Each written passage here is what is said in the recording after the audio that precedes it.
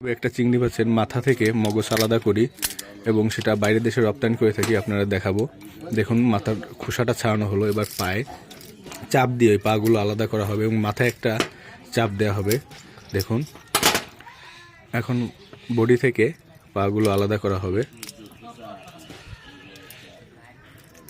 কত সুন্দরভাবে আলাদা করা হচ্ছে এবং ময়লাটা দেখেন ওই যে বের হয়ে আসছে। এখন ওখান থেকে মগজটা আলাদা করা হবে। হ্যাঁ, ওই দেখেন ওই ঠ্যাঙের শ্বাসও চলে আসছে। আমরা এইভাবেই বাইরে রপ্তানি করব। দেখুন কত সুন্দরভাবে মগজটা আলাদা করা হচ্ছে।